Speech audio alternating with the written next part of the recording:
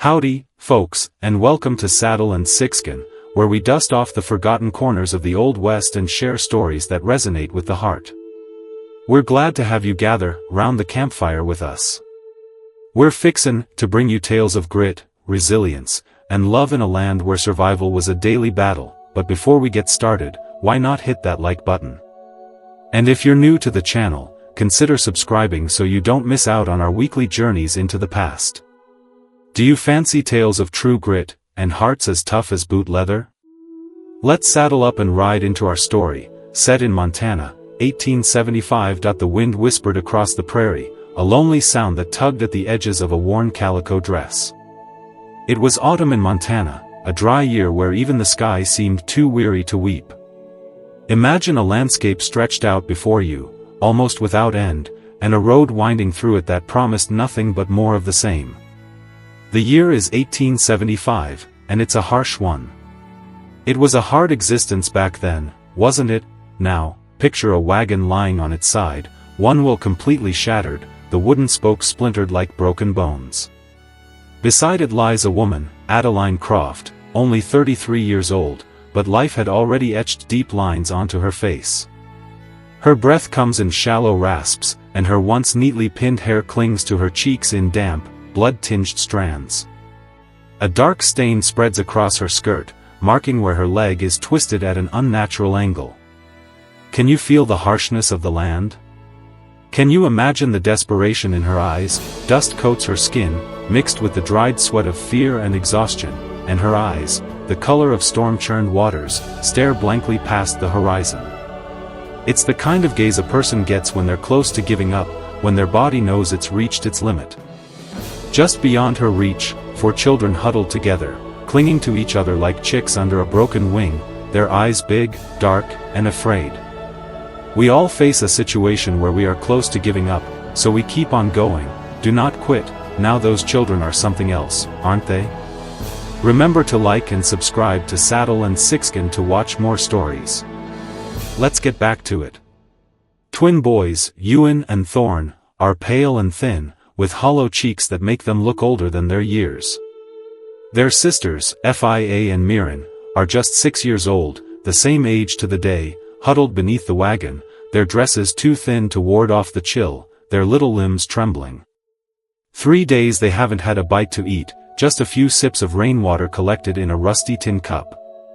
Hunger has stolen the spark from their eyes, the color from their lips. They only look at the sky, at the wind, at their mother, silent as stones.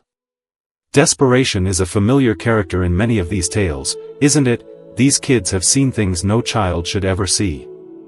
2 nights ago, they fled in the darkness, running from a name that inspires more fear than any man, Gavin Strick. He's the brother of Adeline's deceased husband, a man who wears a preacher's coat but has the heart of a vulture. He claims the land is his now, that Adeline and her children have no right to it. What he lacks in legal standing, he makes up for with men who carry rifles and with deeds that are forged with malice. That's why she ran, hoping for a miracle at the edge of the world. But miracles are in short supply out there, and all she got was Reed Granger. What would you do? What could you do? The sound came first, hooves, steady and slow, like a clock refusing to be hurried. Then the shape of a rider appeared, dark against the setting sun, slouched in the saddle like a man who's seen more graves than good days. This is Reed Granger, 36 years old, broad-shouldered and carrying silence like a badge. He doesn't much care what folks in town think of him, his horse moves with the tired confidence of a beast who knows his rider won't stop for just anything, but this is different. As he nears the wrecked wagon, Reed dismounts in one fluid motion, the leather of his saddle creaking softly as his boots hit the ground. He doesn't call out, doesn't announce himself. He walks slowly and deliberately toward the broken wagon and the woman lying beside it. Adeline lifts her head, hearing the sound of his boots crunching on the dry grass. Her lips are cracked, her breath shallow, but she forces the words out, using every last bit of strength she has left. "Leave me behind," she rasps, her voice barely a whisper. "Please, just take them. They haven't eaten in 3 days." Have you ever had the feeling that you met someone before? Now, why not show Saddle and Sixgun some love?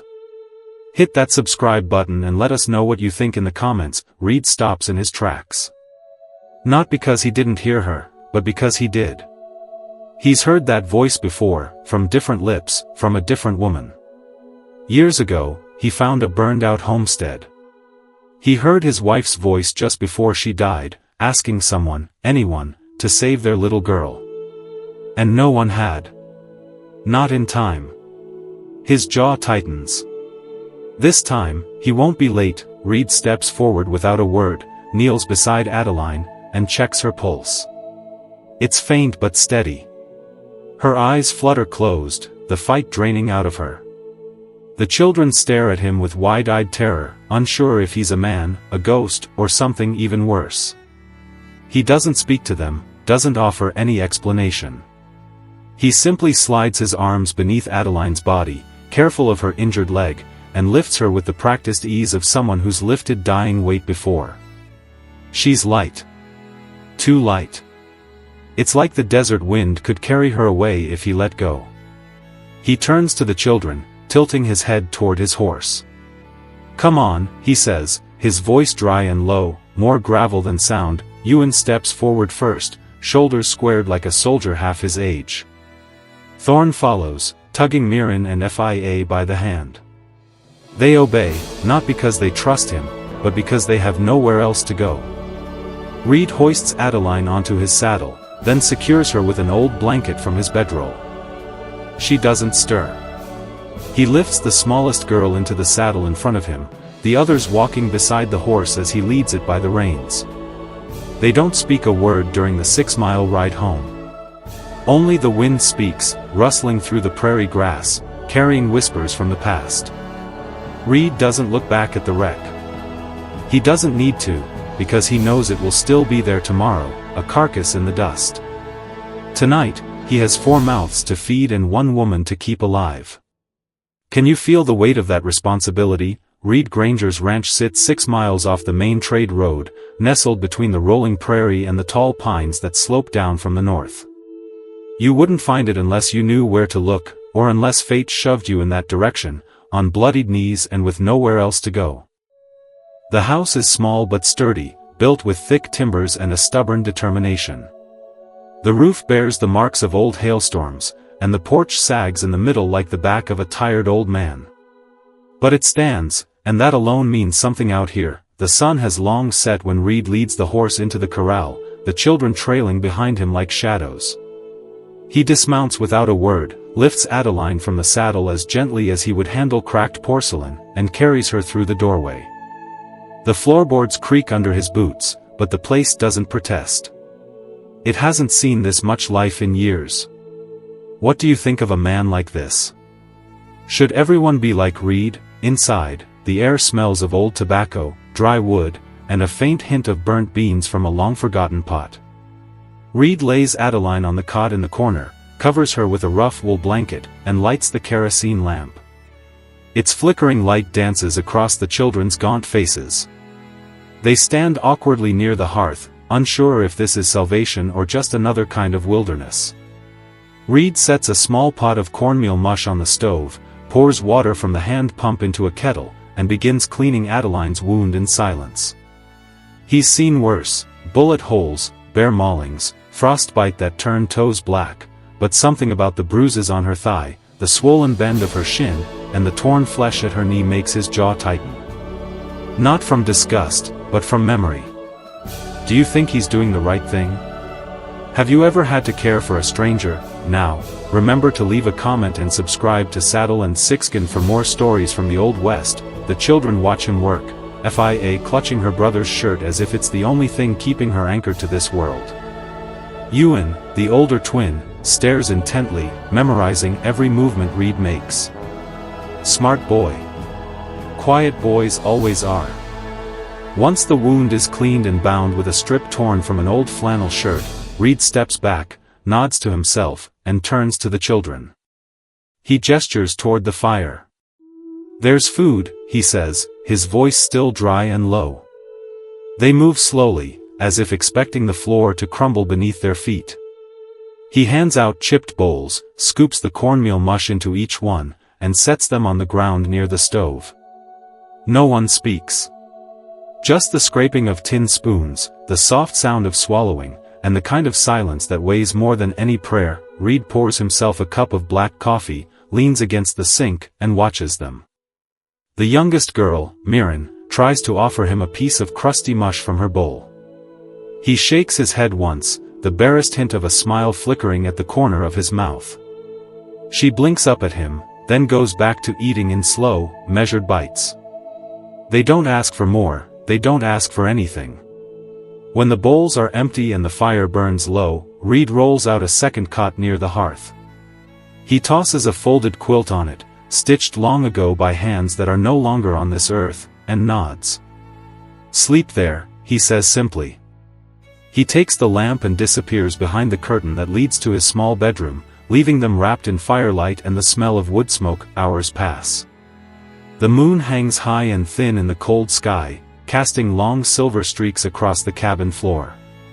Inside, the fire has dwindled to embers. The air chills just enough to raise gooseflesh on your arms. Somewhere in the distance, a coyote howls, sounding more lonely than dangerous. Adeline stirs. Her eyes flutter open, her pupils struggling to adjust to the dim light. The pain comes first, a throbbing that sharpens with every breath. Then the realization, she's not in the wagon, she's not lying on the cold ground. She's alive and she's not alone. She turns her head and sees her children huddled together on the second cot, tangled like kittens in their sleep, their arms flung over each other. Her heart stutters with a feeling too tender to name, relief, love, terror, all at once. Grimacing, she pushes herself up on her elbows, trying to swing her leg over the side of the cot. Her body protests. A sharp, tearing pain shoots through her thigh, and she collapses onto the floorboards with a grunt, catching herself with her forearms. Her breath comes in ragged gasps, and the cabin spins around her. Have you ever had to pick yourself off the floor and keep moving? How did you do it? Before she can try to stand again, a hand reaches down from the darkness. She flinches, but the touch is firm, not rough. It steadies her shoulder, lifts her without force. Reed is kneeling beside her, one arm supporting her back, his face unreadable in the dim light. "You're not a debt," he says, his voice barely above a whisper, "not tonight." Her eyes fill instantly, not with shame, not even with gratitude, just a release. It's like something inside her, wound too tight for too long, has finally broken free. She nods, biting her lip to hold back the tears. He doesn't speak again. He doesn't ask about Gavin, or the children, or how her life ended up in a broken wagon beside a forgotten fence. But his eyes hold the weight of someone who has lost just as much. He helps her back into bed, adjusts the blanket, and rises to leave, then pauses in the doorway for a moment, just long enough for her to see the hesitation, the quiet battle behind his stoic composure. Then he disappears into the shadows once more. Outside, the wind kicks up dust across the empty prairie. Inside, Adeline stares at the ceiling, her chest rising slowly and steadily, feeling the heat of the fire on her toes. Have you ever felt safe, truly safe, for the first time since her husband died, since Gavin turned cruel, since the world became a place of sharp edges and merciless blows? She feels safe. Not saved, but safe. And that's something. It's a start. The first few days at Reed Granger's ranch pass like autumn leaves drifting slowly across a still creek, silent, steady, and full of a waiting that doesn't need words. Adeline Croft, bruised and battered, doesn't rest any longer than she absolutely has to. By the second morning, her legs still stiff and wrapped tightly in Reed's old shirt, she hobbles around the cabin like a woman twice her age. But she moves, and that means something. She sweeps the porch with a broken broom, rinses bowls with rainwater, and hangs damp blankets across the fence to dry. She stitches the hem of FIA's dress, which had been torn clean through during the wagon crash. She does it all without fuss, without a trace of self-pity. Reed watches her from the side of the barn, his arms crossed, one boot heel resting on the toe of the other. He doesn't say a word, just keeps working on the fence, hammering in warped nails and patching old boards with a steady hand. But he watches. And what he sees isn't weakness. What he sees is a woman who has been broken by grief and violence, and yet somehow refuses to break all the way through. He doesn't know many people like that. Maybe none. The children help where they can. Thorn tries to chop wood, and although his swings are more flail than force, Reed lets him have a go until the boy's arms give out. Mirren chases chickens until she ends up crying in the coop with feathers in her hair. Fia likes to sit beside the horse trough and talk to the sky. But it's Ewan, the older twin, who takes to Reed like a pup, sniffing for a place to belong. What does it mean to belong? Now, before we go any further, give Saddle and Sixgun a like and a subscribe. Let's get to it. One afternoon, as the wind whips up dry leaves and scatters them across the pasture, Reed is reorganizing the storage shed out back. He grunts and kicks over a busted crate of rusty nails. "Don't think that's how you're supposed to organize," comes Ewan's small voice behind him. Reed turns around. Ewan is standing there with a scrap of rope in one hand and a crooked grin that doesn't quite match the gauntness of his face. Reed raises an eyebrow. "Oh, you an expert?" Ewan replies, "I'm 8. "That's expert enough," Reed says with a short breath that's almost a laugh. He tosses Ewan a tin of hooks. "Well, then, expert, let's get to work." For the next hour, they work side by side, straightening bent hinges, stacking jars of nails, pulling out moldy feed sacks. Reed shows him how to tie a square knot, then jokes that it's the only kind of square thing he owns. Ewan laughs, really laughs.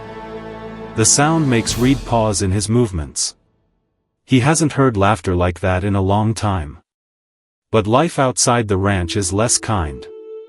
In town, word spreads like wildfire.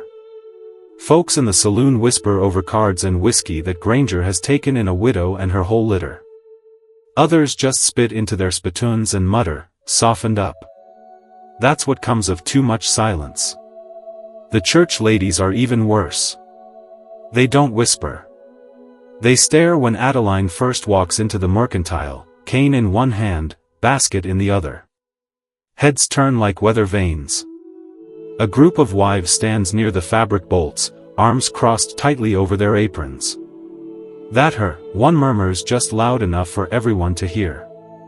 "Poor thing," another says without sounding the least bit sorry, "living off a man who ain't her husband." "TSK, TSK. She's got 4 mouths to feed and no shame," adds a third. Adeline doesn't meet their eyes.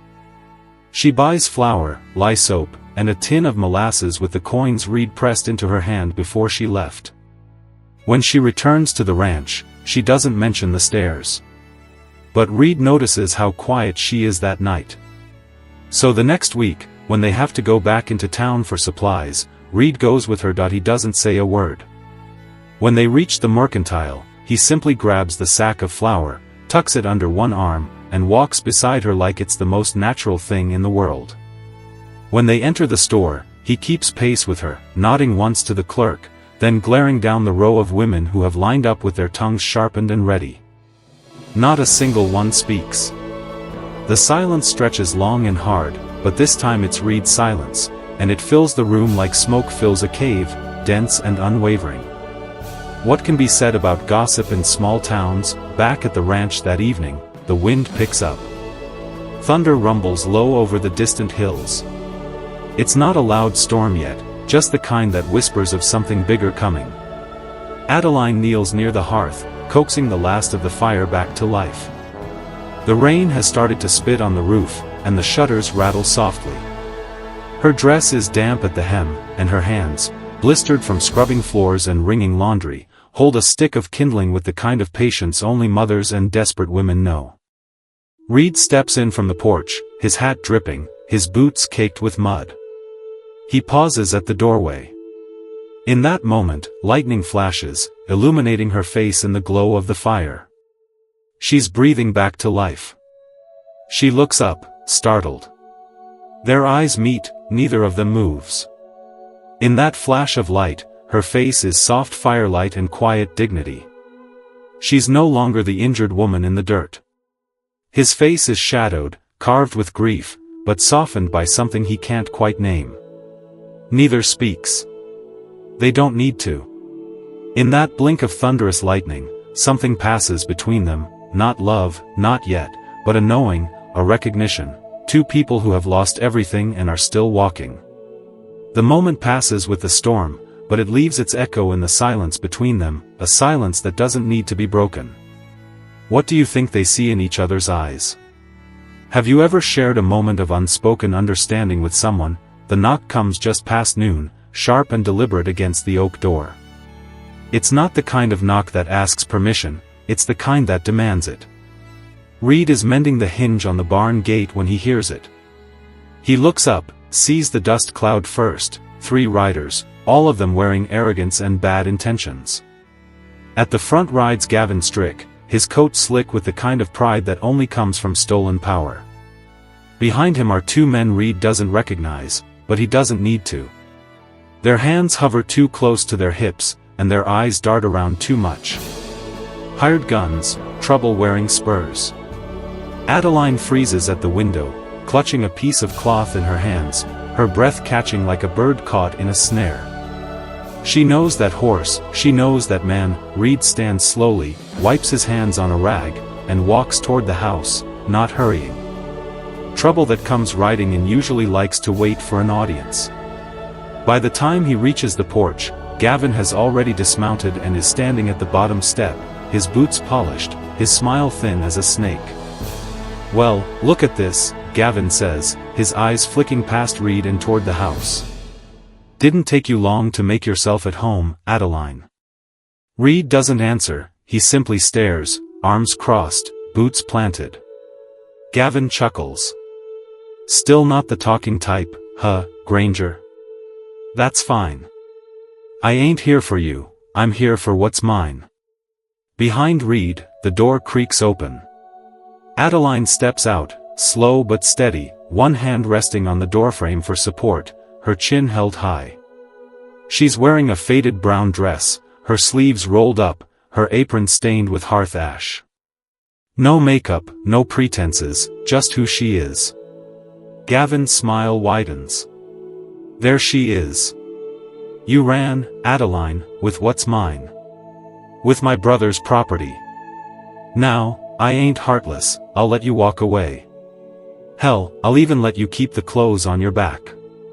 But those children, they're Croft blood, and Croft blood stays with Croft kin." Adeline's knuckles turn white on the doorframe. "They're not livestock," she says, her voice quiet but firm. "They're my children." Gavin waves a dismissive hand. "You think a woman with a busted leg and no land can raise 4 mouths in the dust? Be reasonable, you've squatted long enough. Time to put them where they belong." Reed steps forward, just one step, but it's enough to silence Gavin. "You lost your claim," Reed says, his voice like a gathering storm. "You let them starve." Gavin's mouth twitches. "That's hearsay," he snaps. "They left under their own free will. No one told her to run." "You tied her husband's name to a forged deed," Reed says flatly. "Had your men camping out on her land like wolves circling a calf. She didn't run. She survived." Gavin snarls, reaching into his coat and pulling out a folded piece of parchment. "You want to talk papers? Here's mine, signed and sealed by the new circuit clerk in Dry Bluff. This says I have guardianship, which means I can come and take what's mine." Reed doesn't look at the paper. Instead, he turns, walks into the house, and returns with a thin leather folder. He tosses it down onto the porch railing, letting it flop open. Gavin's eyes narrow. "What's this?" Reed replies, "A certified deed, from Judge Fletcher in Dawson County, dated 2 years before your little circus act." Gavin steps forward, scans the page, then looks up with a snarl. "You've been digging. You think this makes you a lawyer?" Reed's voice is a whisper, "No, just a man who doesn't like thieves." If I help you keep what's yours, will you fight for it? Adeline looks at Gavin, then at the two men on horseback, then back at Reed, her jaw tight. I'll stand, she says. Reed nods slowly. Gavin's face darkens. You're making a mistake, Granger. She's poison, she's a stain. You think she's grateful, but she'll ruin you. That's what women like her do. Reed said, I don't reckon I asked what you think. The gunman shifted, one reached for his coat button, but stopped when Reed's eyes locked onto his hand. It wasn't a threat, it was a promise. Finally, Gavin spits in the dirt and swings back into his saddle. This ain't over, he growled.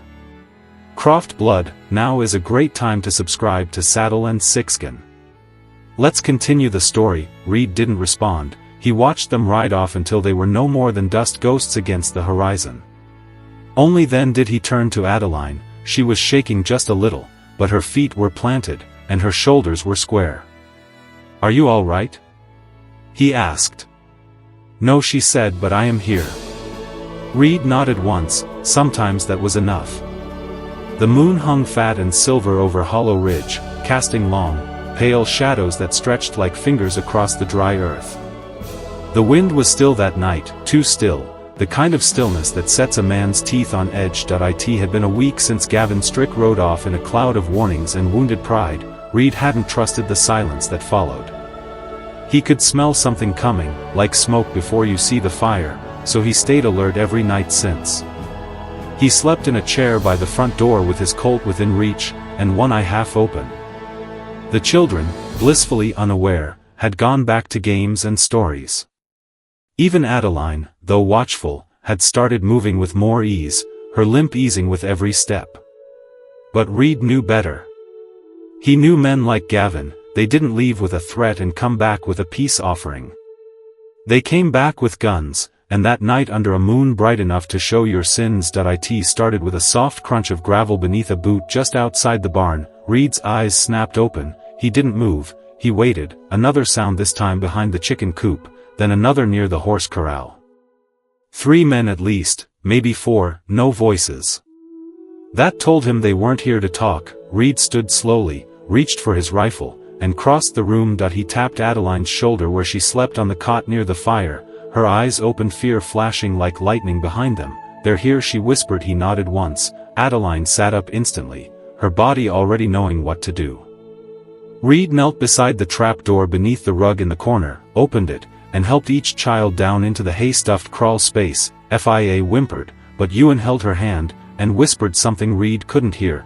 Brave little bastards, all 4. Then he turned to Adeline. Stay inside, he said, bolt the door. But she was already reaching for the double barrel that hung on the wall above the mantel.